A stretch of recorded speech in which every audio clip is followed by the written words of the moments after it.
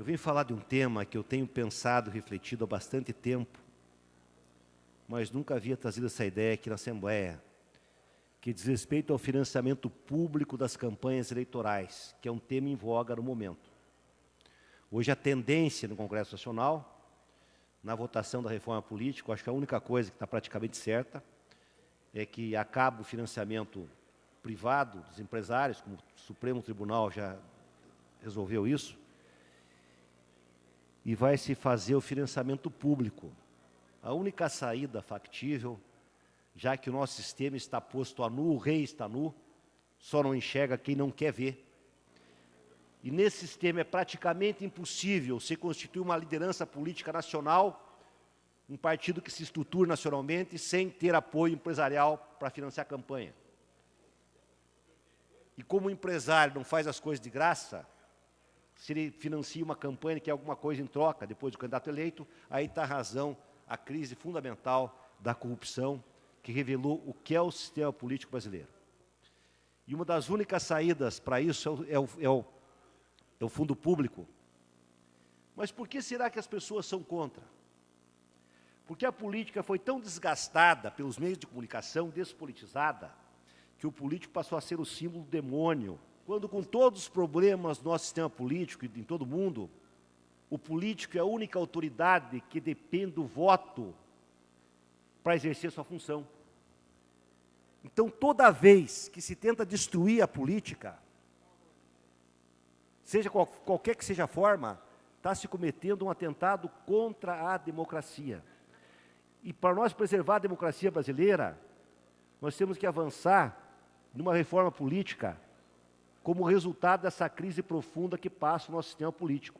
E uma das questões essenciais é o financiamento público, porque a função do Estado, nas sociedades capitalistas, é fazer a mediação entre os desiguais.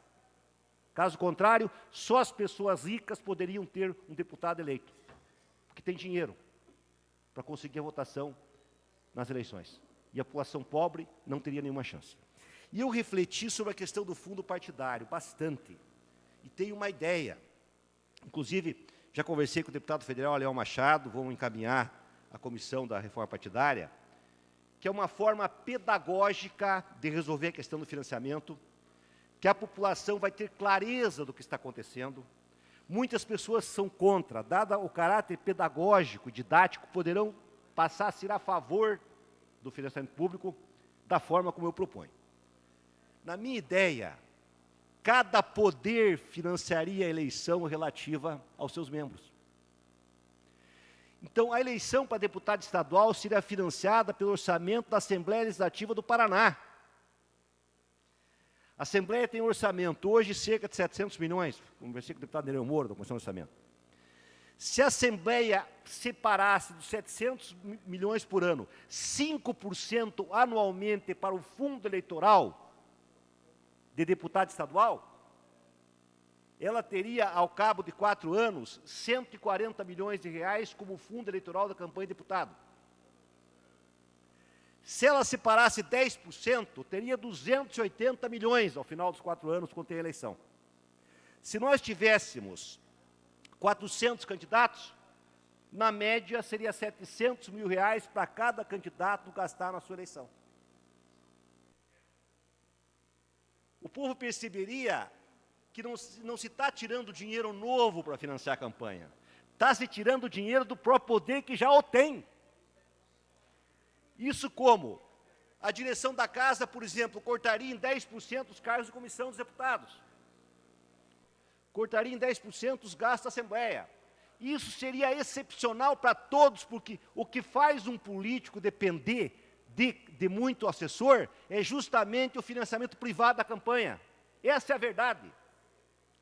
O dia que o financiamento for público, que as pessoas se candidatam sem precisar se endividar, nessa luta cruel contra o poder econômico, o deputado podia, inclusive, ganhar menos e ter muito menos assessor. E a política seria muito mais democrática para todos. Eu trouxe aqui, convidei pela Comissão de Cultura, um deputado português que veio aqui, Carlos Páscoa.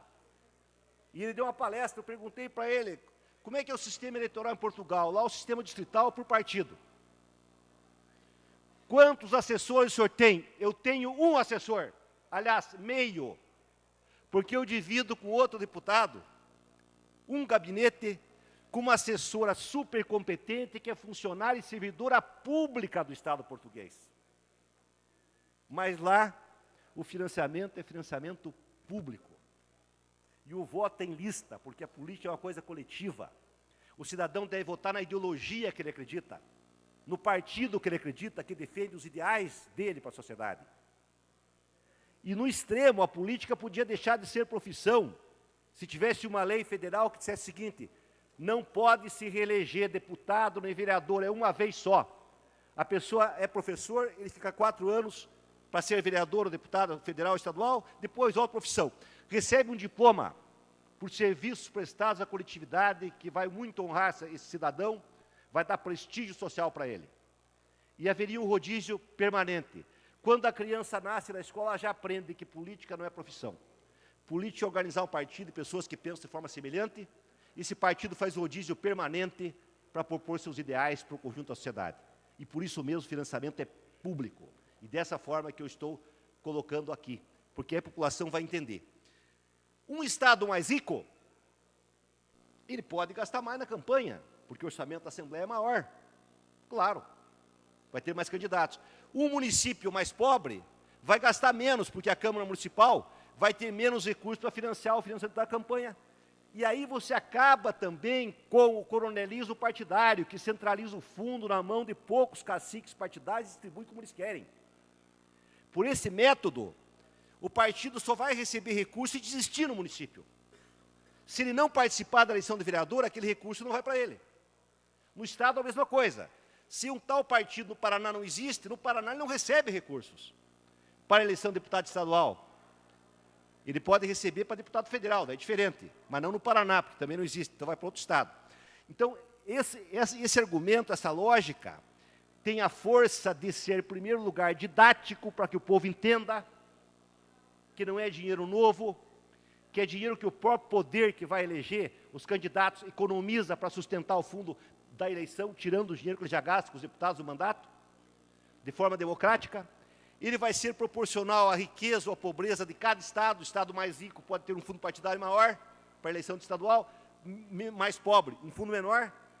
O Executivo Municipal, cidade mais pobre, menor o fundo, cidade mais rica, maior o fundo, e assim por diante. E nós teríamos um sistema democrático que a população entende, porque é pedagógico, é transparente, claro, não submetido mais ao caciquismo dentro dos partidos, uma lei que tem que existir, um sistema eleitoral que impeça o caciquismo, que haja democracia radical dentro do partido, e se o partido for autoritário, seu próprio filiado pode entrar com uma ação na justiça, regulamentando e requerendo os seus direitos. Então, é basicamente essa ideia que tem. É claro, nós sempre defendemos o voto em lista, pelos motivos que eu já expus. Mas hoje, eu estou ouvindo comentário de deputados federais que a tendência no Brasil é o distritão, que do ponto de vista, meu ponto de vista, é uma tragédia. Porque daí, por exemplo, no Paraná, se elege os 54 estaduais mais votados, independente do partido, ou seja, o distritão acaba com a instituição partidária. O cidadão, para ser deputado, não precisa mais de partido. E se continuar o sistema do dinheiro, do poder econômico, a pessoa rica vai se eleger pelo distritão, um radialista famoso vai se eleger. Uma pessoa que é um líder sindical vai ter muito mais dificuldade, uma pessoa que é um líder comunitário, muito mais dificuldade. E as pessoas que têm mídia, acesso à comunicação e muito dinheiro pelo sistema atual, se elegeriam. Então, a médio prazo, o distritão representa, para mim, na minha concepção, um retrocesso monstruoso na história política do Brasil. Deputado Se acontecer isso. As pessoas podem estar, inclusive, iludidas. Vou votar, quem é mais votado tem que se eleger. Mas ela se esquece que daí vai reduzir o número de candidatos. A pessoa precisa de muito voto, só quem tiver muito dinheiro, muito poder econômico, ou muita mídia, vai conseguir se eleger. Pois não, deputado. Bom, eu quero elogiar o seu pronunciamento, realmente ideias brilhantes, e o Brasil que carece de muitas reformas, mas a reforma política, sem dúvida, é uma reforma prioritária, uma reforma central, na busca da evolução da nossa sociedade, que teria vários reflexos importantes. bem discorrida aí a sua questão em relação ao poder econômico, porque acho que é o desafio principal. Tem me preocupado também isso que ouvimos sobre a iminente aprovação do Distritão, e no Brasil, no Congresso Nacional, quando se fala em reforma política, ela tem acontecido a conta-gotas, porque só se aprova aquilo que é de interesse do que os lá estão, não aquilo que é de interesse do país, e por isso as mudanças têm sido muito pequenas. Esse Distritão poderá até acontecer porque é interesse de quem está no cargo, mas a preocupação é que acaba com o sistema partidário, de que é a base da democracia. Ela precisa estar estabelecida em cima de uma estrutura partidária, evidentemente com um número menor dos que existem hoje, porque essa proliferação partidária também distorceu muito o nosso processo, mas, sem dúvida, fica a nossa preocupação, mas ela é possível porque é de interesse dos que lá estão. Agora, sem dúvida nenhuma, o grande desafio colocado é criar um sistema que possa inibir a influência do poder econômico, porque isso é que decide, inclusive no Distritão ele estará presente e muito presente. Então, esse é o grande desafio. Tem crescido, me parece, ganhado um pouco mais de força o financiamento público. O desafio ainda é convencer a opinião pública, deve haver um sistema pedagógico, como Vossa Excelência tem colocado, para haver esse entendimento, essa compreensão da opinião pública, mas, sem dúvida, precisamos alterar, precisamos reformar, porque hoje é pejorativo ser político, hoje é constrangedor, e na área política não acontece nada mais do que aquilo que está presente em todos os setores da nossa sociedade.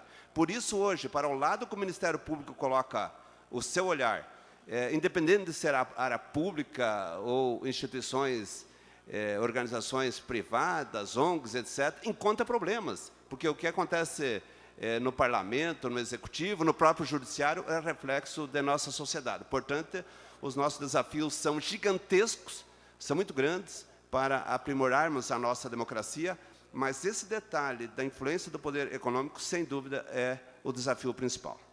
Obrigado, deputado Schimback, pela sua parte. Senhor presidente, então eu queria deixar essa contribuição para a reflexão dos pares aqui da Assembleia. Eu escrevi um artigo sobre isso e encaminhei também essa proposta para a comissão que está tratando da reforma política no Congresso Nacional.